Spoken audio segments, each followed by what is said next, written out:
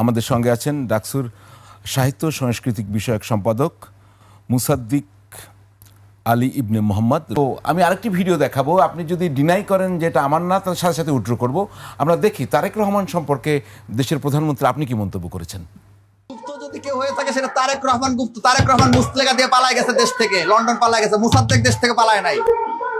ডাকসুতে যারা ছিল তারা কেউ দেশ থেকে পালায় না, তার প্রত্যেকের দেশে ছিল এবং ফেসিবাদের বিরুদ্ধে লড়াই করেছে। আর যদি কেউ পালিয়ে যেয়ে থাকে, মুসলেকা দিয়ে, সেনাবাহিনীকে মুসলেকা দিয়ে তারেক রহমান পালাইছে। 17 বছর লন্ডন পালাচ্ছিল। আর কি লিখছে? তাদের বাড়ি পাকিস্তান, মানে আমার বাড়ি পাকিস্তান। আরে বেটা, তোর বাপ তারেক রহমানের জন্ম করাচিতে হইতে পারে, তোদের জন্ম করাচিতে হইতে পারে। আমি বাংলাদেশের সন্তান এবং এই দেশ আমাদের, এই দেশের জন্য আমরা জীবন দিয়েছি, এই দেশের জন্য আমরা লড়াই করেছি, এই দেশের জন্য রক্ত দিয়েছি। আচ্ছা মুসাদ্দিক, আপনি কি এই রিকগনাইজ করবেন? এটা কি আপনার ভাষা, আপনার ভয়েস? জি জি, অবশ্যই এটা আমার বক্তব্য। আপনি কি শুরু করবেন না শরীফ ভাই আপনি শুরু করবেন? ল্যাঙ্গুয়েজটা আপনার কেমন লাগে? আপনারা বলেন না কেন? সমালোচনার ল্যাঙ্গুয়েজ, সমালোচনা তো হতেই পারে, রাষ্ট্রপতি প্রধানমন্ত্রী সবারই সমালোচনা।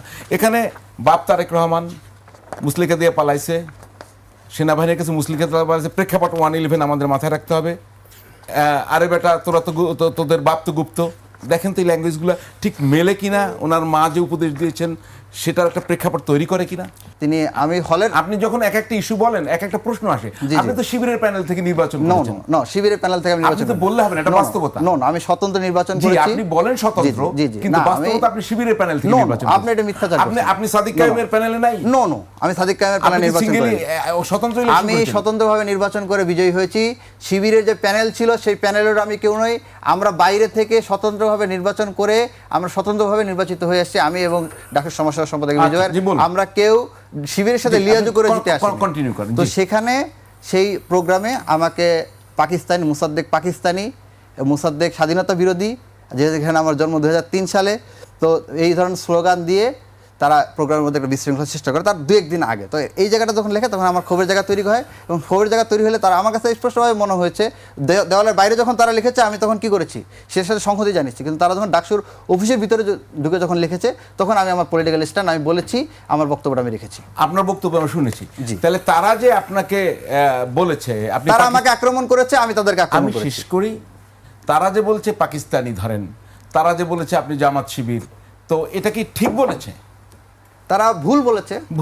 এটা কি আপনি গ্রহণ করেন? নো, আমি গ্রহণ করার তো সুযোগ নেই। আপনি যেটা বলেছেন তারা, এটা আমি আমার পলিটিক্যাল স্ট্যান্ড, আমার বক্তব্য আমি রেখেছি। তাহলে তারা বললে ভুল, ঠিক বলেনি। আপনার পলিটিক্যাল স্ট্যান্ড মানে মিথ্যা দিয়ে পলিটিক্যাল স্ট্যান্ড হবে? তারা তো মিথ্যা বলেছে। আপনার এটা কথা বুঝতে হবে।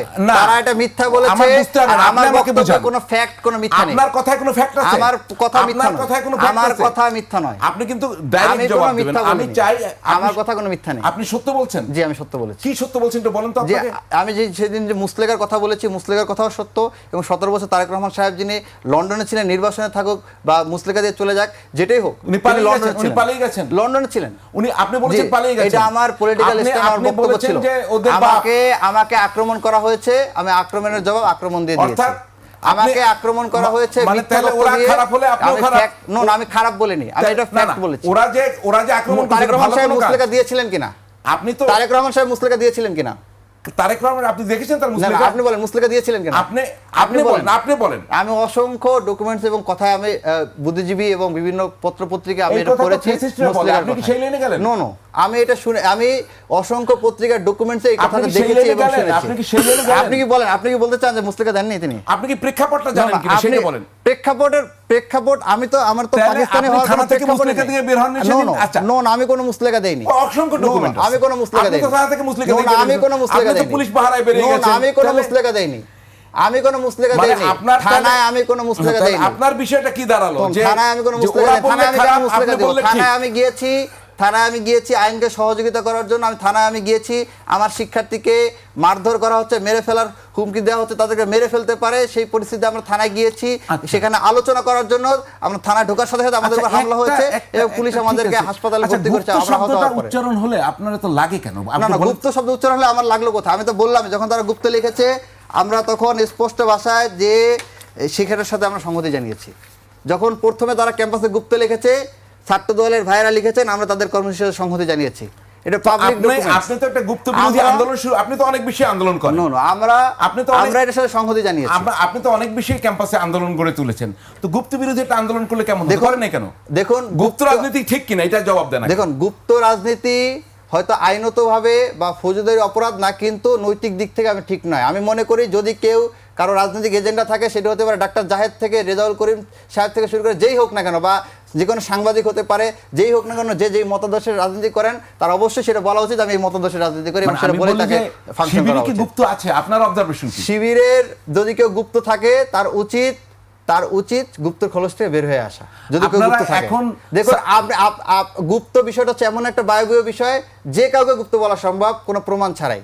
এই জন্য আমি কাউকে নাম ধরে বা কোনোভাবে আমি বলতে চাই না, আমি এইভাবেই বলতে চাই, ঢালাভাবে বলতে চাই, যদি কেউ গুপ্ত থেকে থাকে তার উচিত পরিচয় রিভিল করা, তার যদি কোনো শিবিরের পদবি থাকে সেটা বলে প্রকাশ্যে রাজনীতি করা। যদি কেউ থাকে ঠিক একই কথা সত্য ছিল সরকারে আসার পূর্বে ডাক্তার জাহেদ সাহেব, তারপরে সাইদ আব্দুল্লাহ সাহেব, আরো যারা আছেন তাদের ক্ষেত্রে ডাক্তার জাহেদের নাম বলেন, আপনি কিন্তু শিবিরের কারোর নাম বলেন না। আমি শিবিরের কারো কথা তখনই বলতে পারবো যখন তারা গুপ্তের খোলস থেকে বের হয়ে আসবে, তখন আমি বলতে পারবো সে গুপ্ত ছিলেন। শিবিরের কেউ চেনেন না, বিএনপির গুপ্তদের চেনেন নাকি? শিবিরের কেউ যখন গুপ্তের খোলস থেকে বের হয়ে আসবে তখন আমরা জানতে পারবো সে গুপ্ত। ডাক্তার জাহেদের নাম আমি 12 ফেব্রুয়ারির আগে একদিনও বলিনি, কিন্তু আজকে কেন বলছি? কারণ আজকে প্রমাণিত হয়েছে তিনি গুপ্ত ছিলেন, গুপ্ত এজেন্ডা বাস্তবায়ন। আমি খলিলুর রহমানের কথা বলছি, খলিলুর রহমান ইন্টারিম গভর্নমেন্টের উপদেষ্টা ছিলেন, তখন আমরা মনে করেছিলাম যে তিনি হয়তো স্বতন্ত্র জায়গা থেকে আছেন, কিন্তু আজকে যখন তিনি বিএনপি সরকারের পররাষ্ট্রমন্ত্রী হচ্ছেন তখন প্রমাণ হয়েছে যে তিনি ইন্টারিম গভর্নমেন্টের মধ্যে গুপ্ত হয়ে ছিলেন।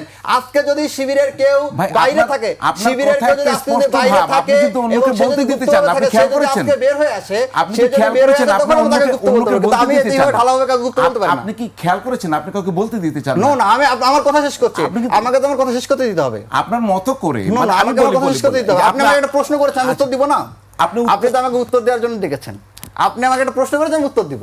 এবার থামবেন আপনি নাকি? আপনি আমাকে প্রশ্ন করেছেন, আমি উত্তর দিয়েছি। আর বলেন না, আমার উত্তর দেওয়া হয়েছে। আপনি কতক্ষণ বলতে পারবেন বলেন? আপনি আমাকে প্রশ্ন করেছেন, আমি প্রশ্ন উত্তর দিয়েছি। অন্যের বাক স্বাধীনতার প্রতি আপনি শ্রদ্ধা দেখি বলুন। আমি অবশ্যই শ্রদ্ধা দেখিয়েছি। আপনি আমাকে প্রশ্ন করেছেন, আমি প্রশ্নের উত্তরটা শেষ করতে দিতে হবে তো আমাকে। আরো বলুন। এটাই তো সৌজন্যতা। আমার উত্তর আরো বলুন। আমি শেষ হয়েছে, আমি বলেছি তোমার শেষ হচ্ছে। আপনার এখন শেষ হয়েছে?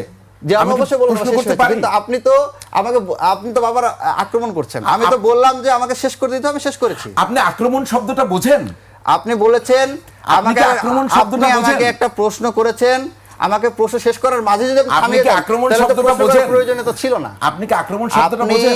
আমাকে প্রশ্ন করেছেন, আমার কাজ কি? আপনি কিন্তু একই কথা বারবার বলছেন না, আপনি আমাকে প্রশ্ন করেছেন, আপনার কাজ আমার কাজ বলতে থাকুন, তারপরে আমরা শেষ করব। না, আপনি যখন শেষ হবে আমাকে বলবেন প্লিজ। না, আমি বলেছি আমার শেষ, আপনি বলছেন না কেন? আমাকে বলতে দেন। জি, আপনি বলেন। আবার কথা বলছেন, আপনাকে বলতে দেন, বলেন।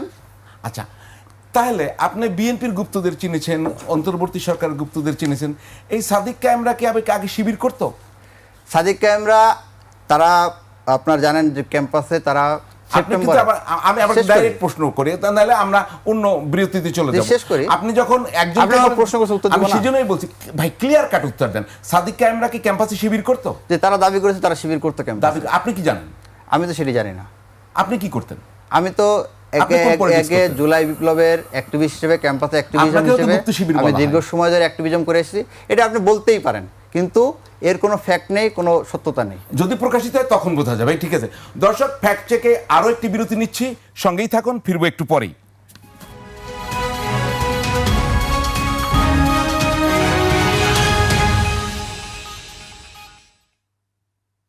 দর্শক, বিরতির পর আবারও ফিরে এলাম ফ্যাক্ট চেকে। আমরা মুসাদ্দিকের কাছে যেতে চাই, তারপর শরীফ আপনার কাছে আসবো।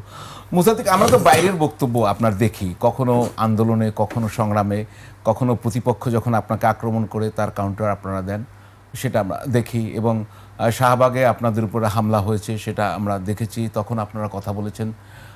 সেটার একটি বিষয় বলি যে ওই একটু সংক্ষেপে যদি বলতেন, আমার সময় তো মানে আপনাদের ওইটার কোনো অগ্রগতি আছে কিনা, আপনাদের যে হামলার ঘটনা ঘটল? দেখুন, এটা দুঃখজনক যে আমরা যখন হামলার শিকার হচ্ছিলাম তখন প্রক্টর, তার আগে থেকে প্রক্টরের সাথে যোগাযোগ করা হয়েছিল, প্রক্টর স্যারের সাথে এবং বিশ্ববিদ্যালয় প্রশাসনের সাথে, যে এরকম 3 জন শিক্ষার্থীকে মারধর করা হচ্ছে, আপনার উদ্ধারের ব্যবস্থা করুন। তারা যখন ব্যর্থ হয়েছে তখন আমরা গিয়েছি, এবং আমাদের উপর যখন হামলা হয়েছে তখন বারবার যোগাযোগ করা হয়েছে, কিন্তু তাদের কোনো সারা শব্দ সেই সময় পাওয়া যায়নি বিশ্ববিদ্যালয় প্রশাসন বা প্রক্টরিয়াল বডির।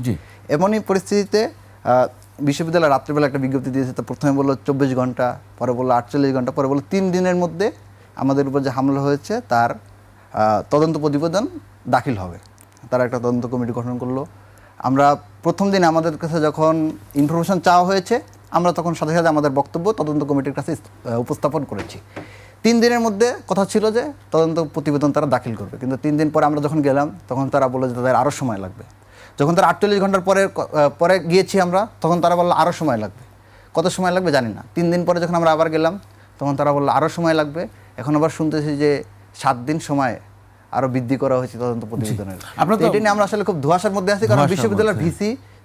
ভিসি মহোদয় এখন পর্যন্ত একবার এই কথাটা জোর দিয়ে বলেন নাই যারা যেই অপরাধী হোক, যদি আমি অপরাধী হয় বা অন্য অপরাধী হয়, তিনি বিচার করবেন। এই শব্দটা এখন পর্যন্ত বোল্ডলি তার কাছ থেকে আমরা শুনিনি। এই জন্য আমাদের আক্ষেপের আপনারা যে প্রক্টরের কাছে গিয়েছিলেন একটা ভিডিও, এটা কি এই মামলা নিয়ে গিয়েছিলেন? দেখি তো আমরা ভিডিওটা একটু দেখি। এই ব্যাখ্যাটা তোমার, এটা ব্যাখ্যাটা তুমি দিচ্ছ, ক্ষোভ, এটা ক্ষোভ নেই, এটা শৃঙ্খলার বিষয়। আমরা দেখেছি যে বলতে 48 ঘন্টার মধ্যে প্রতিবেদন দিলাম। আমরা পারস্পরিক কথা বলবো। যে প্রেক্ষাপটে গিয়ে থাকুন না কেন, হয়তো বা বিভিন্ন বিষয়, তো প্রক্টর সাইফুদ্দিন সাহেব দাঁড়িয়ে আছেন, আপনারা বসে আছেন, আসলে বিষয়টা কি? মানে একজন শিক্ষক তো। স্যার আমাদেরকে মানে একটা ক্লাসরুমে কি হয়, শিক্ষার্থীরা বসে থাকে জি। এবং স্যার দাঁড়িয়ে লেকচার দেন, এবং কোনো বিষয়ে যখন সবাই দ্বিমত পোষণ করে তখন একসাথে বসেই কিন্তু দ্বিমত পোষণ, সবাই কিন্তু দাঁড়িয়ে যায় না দ্বিমত পোষণ না, করতে। সেটা হয় না। যখন একজন বক্তব্য দেয় তখন সে দাঁড়িয়ে যায়, দাঁড়িয়ে বক্তব্য দেয়। এইখানে সেম ঘটনাই ঘটেছে। স্যার আমাদেরকে বসতে বলেছেন, বসিয়েছেন, তিনি দাঁড়িয়ে কথা বলছেন। এমনকি কয়েকটা জায়গায় আমরা দ্বিমত করেছি। আমার যখন বক্তব্য দিয়েছি, আমি কথা বলেছি, তখন আমি দাঁড়িয়ে কথা বলেছি।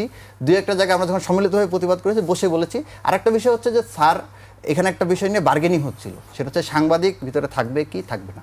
শব্দটা তো শোনা যাচ্ছে, আমরা জি। যখন সবাই একসাথে বলছিলাম যে না সাংবাদিকরা থাকবে, তখন প্রক্টর স্যার বের হয়ে গিয়ে আবার ভিসি স্যারের কাছে গিয়েছেন যে তারা বলছে সাংবাদিক থাকবে। তিনি আবার এসেছেন, আবার আমরা বলেছি, আবার গিয়েছেন, এরকম কয়েকবার হয়েছে। তো এরকম কোনো একটা প্রেক্ষাপটে শুধুমাত্র আমার ছবিটা কাট করে সমালোচনা করার উদ্দেশ্যে সবাই এটা নিয়ে লেখালেখি করলো যে মুসাদ্দিক বেয়াদব, তারা স্যার দাঁড়িয়ে আছে, সে বসে আছে, এরকম। কিন্তু যখন দেখা যায় যে একজন আপনার সিটি কলেজে চট্টগ্রামে একজন শিক্ষককে ঘুষি মারা হইলো, তারপর হচ্ছে আমরা দেখলাম যে এই জগন্নাথ বিশ্ববিদ্যালয়ে প্রক্টরের উপর হামলা করা হইলো ছাত্রদলের আহ্বায়ক এবং সদস্য সচিব মিলে, তখন এই ধরনের বিষয়গুলো নিয়ে কোনো কথা বলতে আমরা দেখি না। এই মানে অধিকাংশই বলেন না, কিন্তু যারা সবসময় বলেন না এবং ওইটাকে ডিফেন্ড করেন, এটাকে সাহসিকতা বলেন, তারাও দেখলাম একটা কার্টিস ছবি নিয়ে তারাও উৎসব করলেন, উল্লাস করলেন। শরীফ